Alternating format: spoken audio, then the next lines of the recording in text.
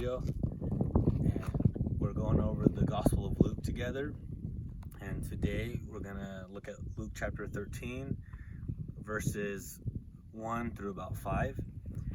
And just going to read it and go from there. Verse 1, Luke chapter 13. And there were some present at that very time who told him about the Galileans whose blood Pilate had mingled with their sacrifices.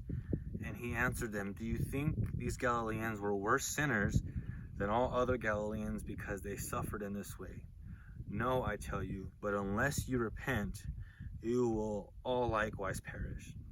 Or those 18 on whom the tower of Siloam fell and killed them, do you think that they were worse offenders than all the others who lived in Jerusalem? No, I tell you, but unless you repent, you will all likewise perish."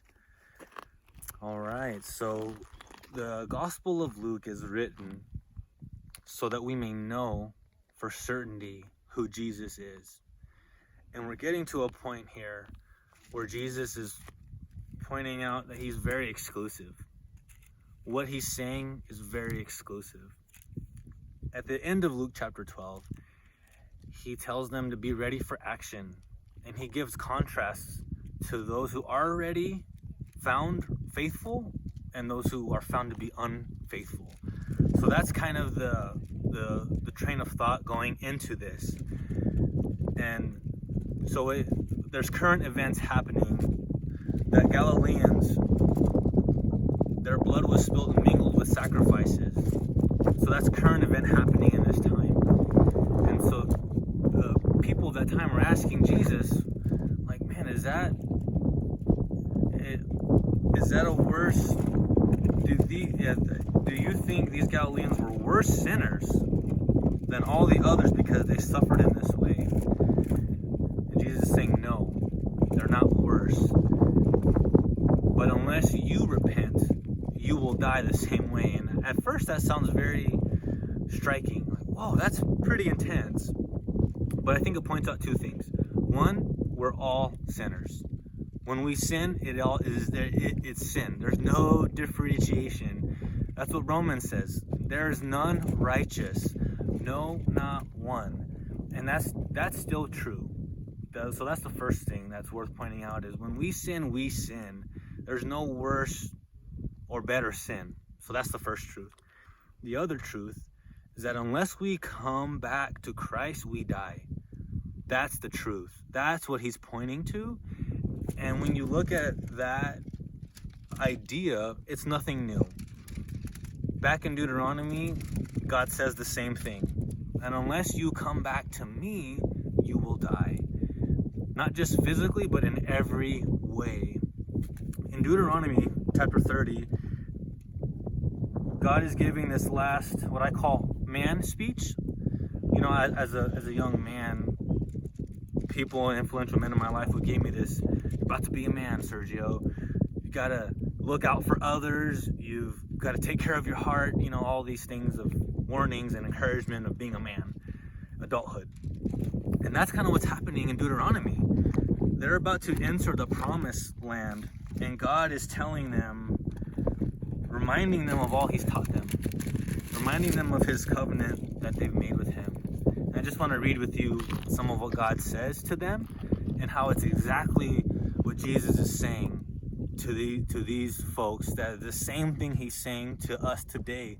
God is the same. He has not changed yesterday, today, and forever. He is saying the exact same thing, that he alone is life. And there is no life apart from him. That's very exclusive. So in Deuteronomy chapter 30, when all these things have come upon you, the blessing and curse which I have set before you, and you call them to mind among to all the nations where the Lord your God has driven you, return to the Lord your God, you and your children, and obey his voice, all that I command you today, with all your heart and with all your soul. Then the Lord your God will restore your fortunes and have mercy on you. He will gather you again from all the peoples where the Lord your God has scattered you. If you are outcast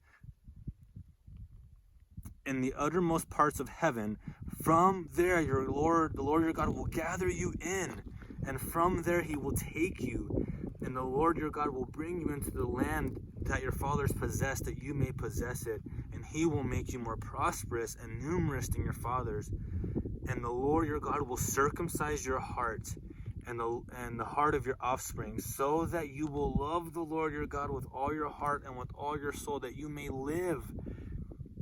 And the Lord your God will put these curses on your foes who persecuted you, and you shall again obey the voice of the Lord and keep all his commands that I command you today. And the Lord your God will make you abundantly prosperous in all the work of your hand, the fruit of your womb, and the fruit of your cattle, and the fruit of the ground. So that's the promise if you come back. That's the promise if you come back. So then later on in Deuteronomy 30, he just lays out the truth. He lays out the offer, invitation. See, I have set before you today life and good, death and evil. If you obey the commandments of the Lord your God that I command you today, by loving the Lord your God, by walking in his commands, by keeping his commands and his statutes and his rules, then you shall live and multiply, and the Lord your God will bless you in the land that you are entering to take possession of it. But if your heart turns away and you will not hear, but are drawn away to worship other gods and serve them, I declare to you today that you surely shall perish. I don't know about you, but when I'm going somewhere I don't know, I have to trust the guide. I have to. If I don't trust the guide, I don't have a good chance to survive. And I feel that's what God is saying. He alone is the way. He alone is the truth. And if we don't follow him, we don't live. That's the simple truth that we have. And that's the offer of come back. Because everybody has strayed. Everyone. No one has not strayed. But the offer is to come back. So I encourage you that the promises of returning are Deuteronomy 30 are still true